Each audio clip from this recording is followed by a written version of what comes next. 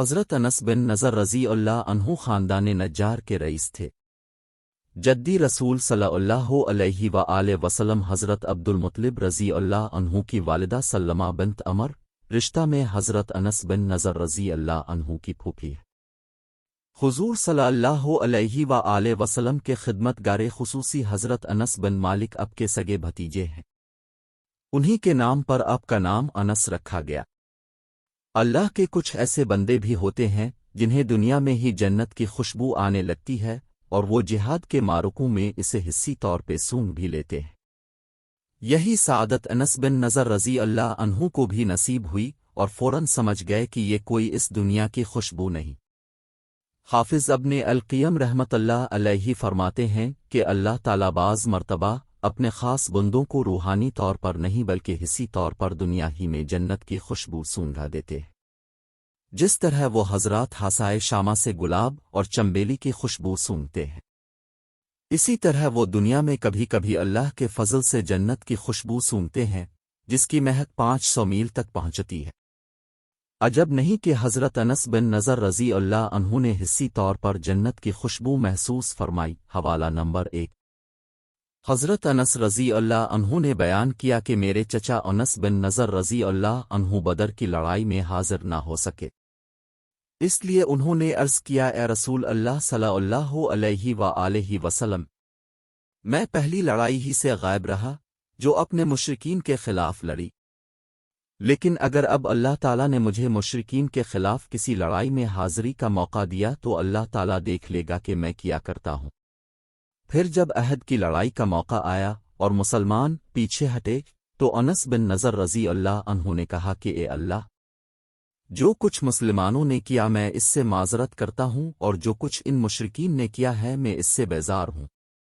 پھر وہ مشرکین کی طرف آگے بڑھے تو سعد بن معاذ رضی اللہ عنہ سے سامنا ہوا۔ ان سے انس بن نضر رضی اللہ عنہ نے کہا، اے سعد بن معاذ، میں تو جنت میں جانا چاہتا ہوں، اور نظر جو کہ ان کے والد ہیں کہ رب کی قسم میں جنت کی خوشبو احد پہاڑ کے قریب پاتا ہوں۔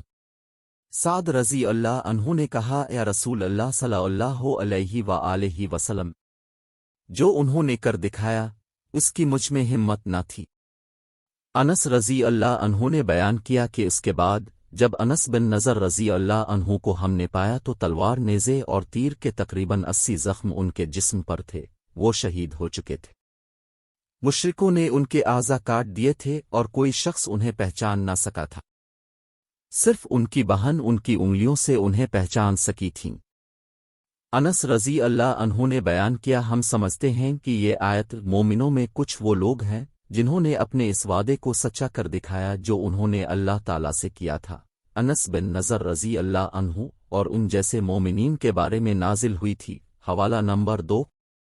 سورہ احزاب میں اللہ تعالیٰ نے ان جیسے مومنین کے بارے میں یوں ارشاد فرمایا ہے، جس کا ترجمہ ہے، ایمان والوں میں سے ایسے آدمی بھی ہیں جنہوں نے اللہ سے جو عہد کیا تھا اسے سچ کر دکھایا، پھر ان میں سے بعض تو اپنا کام پورا کر چکے اور بعض منتظر ہیں اور عہد میں کوئی تبدیلی نہیں کی۔ حوالہ نمبر 3۔ اس آیت کی تفسیر میں امام ابن کثیر ارشاد فرماتے ہیں، یہ آیت حضرت انس بن نضر رضی اللہ عنہ کے بارے میں نازل ہوئی ہے۔ واقعہ یہ ہے کہ جنگ بدر میں شریک نہیں ہوئے تھے، جس کا انہیں سخت افسوس تھا کہ سب سے پہلی جنگ میں جس میں خود رسول اللہ صلی اللہ علیہ وآلہ وسلم بنفس نفیس شریک تھے، میں شامل نہ ہو سکا۔ اب جو جہاد کا موقع آئے گا میں اللہ تعالیٰ کو اپنی سچائی دکھا دوں گا اور یہ بھی کہ میں کیا کرتا ہوں۔ اس سے زیادہ کہتے ہوئے خوف کھایا۔ اب جنگ عہد کا موقع آیا تو انہوں نے دیکھا کہ سامنے سے حضرت سعد بن معاذ رضی اللہ عنہ واپس آ رہے ہیں۔ انہیں دیکھ کر تعجب سے فرمایا کہ ابو عمر کہاں جا رہے ہو؟ واللہ مجھے عہد پہاڑ کے اس طرف سے جنت کی خوشبوئیں آ رہی ہیں۔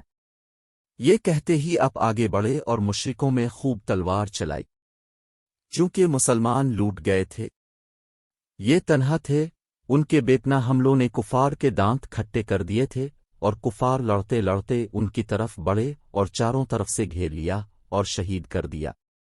آپ کو 80 سے اوپر زخم آئے تھے، کوئی نیزے کا تو کوئی تلوار کا اور کوئی تیر کا۔ شہادت کے بعد کوئی آپ کو پہچان نہ سکا، یہاں تک کہ آپ کی ہمشیرہ نے آپ کو پہچانا، اور وہ بھی ہاتھوں کی انگلیوں کی پوروں کو دیکھ کر۔ انہی کے بارے میں یہ آیت نازل ہوئی، اور یہی ایسے تھے جنہوں نے جو کہا تھا کر دکھایا۔